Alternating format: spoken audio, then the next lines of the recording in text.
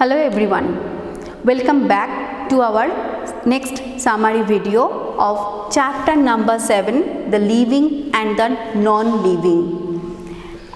Dear students, as you know, our environment consists of living things as well as the non-living things, and we know that there are some similarities as well as some differences. So the similarities between the living things and the non-living things are they take space and they have mass. Not only that, they made up of small unit. Now come to the difference part.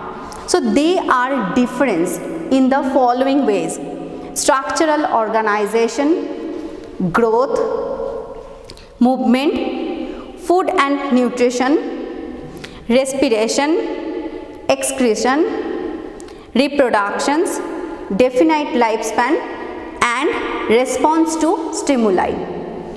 Let us learn once again all the topics. Start from the first point, structural organizations.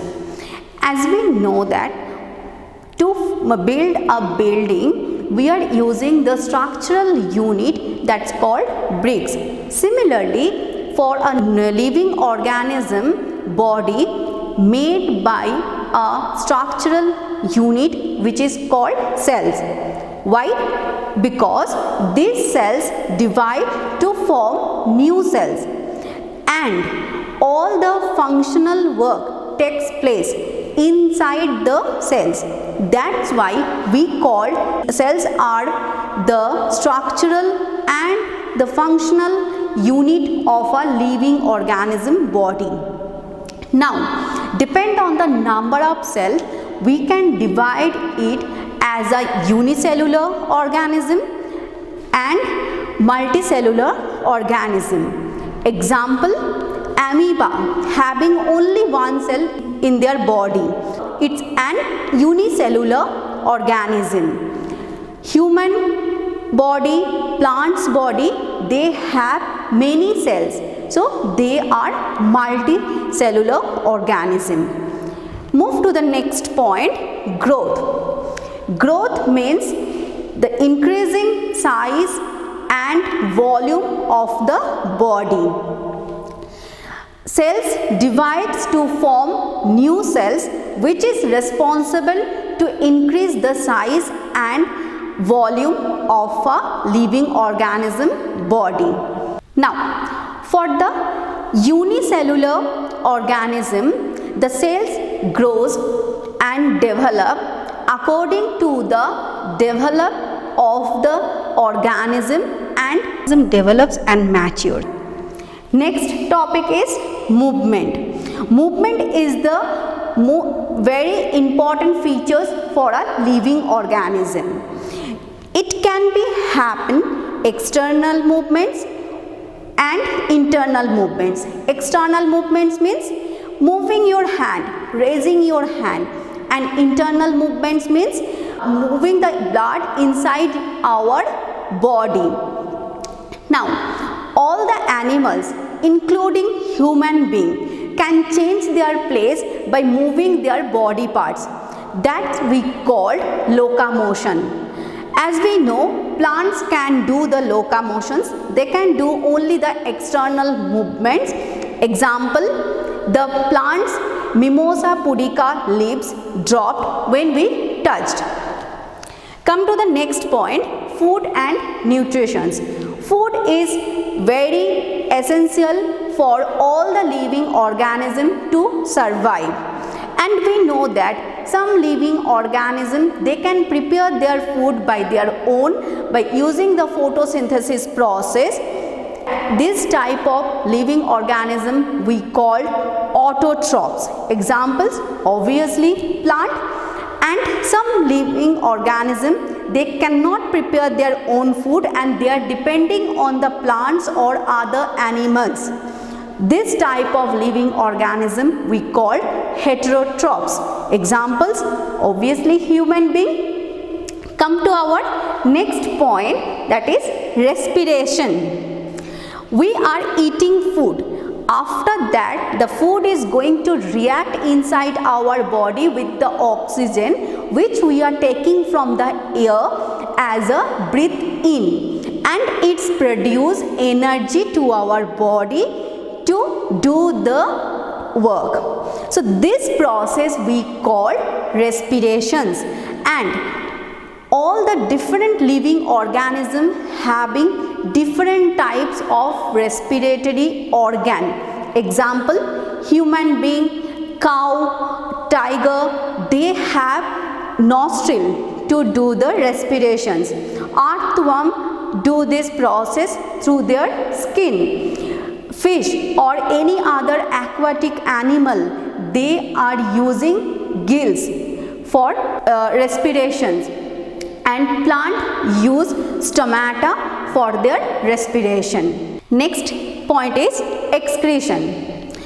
Excretions is the process by which the living organism remove the waste from their body. Now from where the waste is coming inside our body?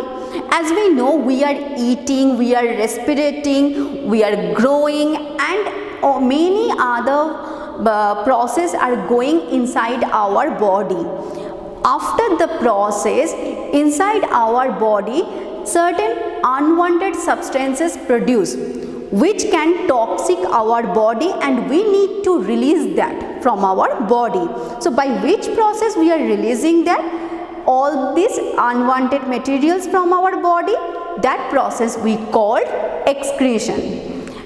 All the living organism releasing the unwanted materials. Example, plant release water vapor and carbon dioxide from their body. Human being, after eating, we are releasing from our body undigested food. So these all are the part of excretion. Now come to the next topic, that is reproduction. Reproduction means by which process all the living organisms give birth to their own kind.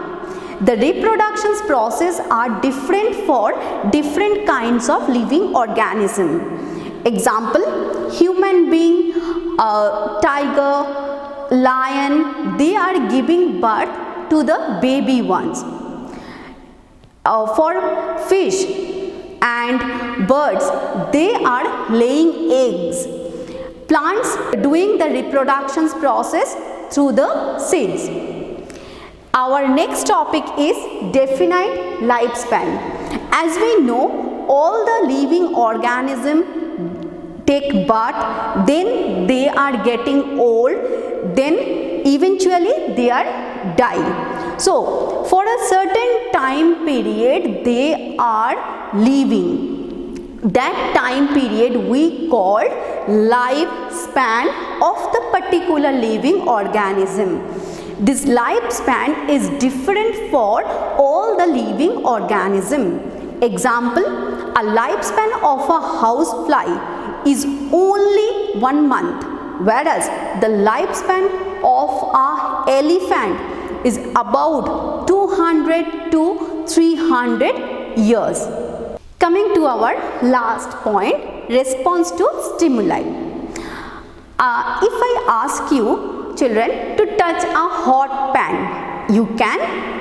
No, right? If you touch a hot pan, immediately you are releasing your hand from there, right? Why? Because you feel hot. So, which is triggers to an organs to do the reaction that we call stimuli, in plural stimulus. And what are the reactions we are doing through our organs that we call response. Example, a plant always grow towards the sunlight, right? Means here sunlight is the stimuli, and growing the stem of plant towards the sunlight, that is the response from the plant. One more examples we can take.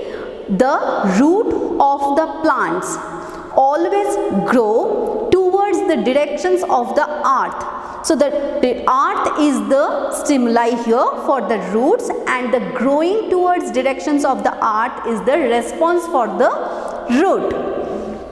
So dear students, hope all of you understand properly the chapter. Please practice the chapter. Again we will meet with our next summary video. Till then, take care and bye.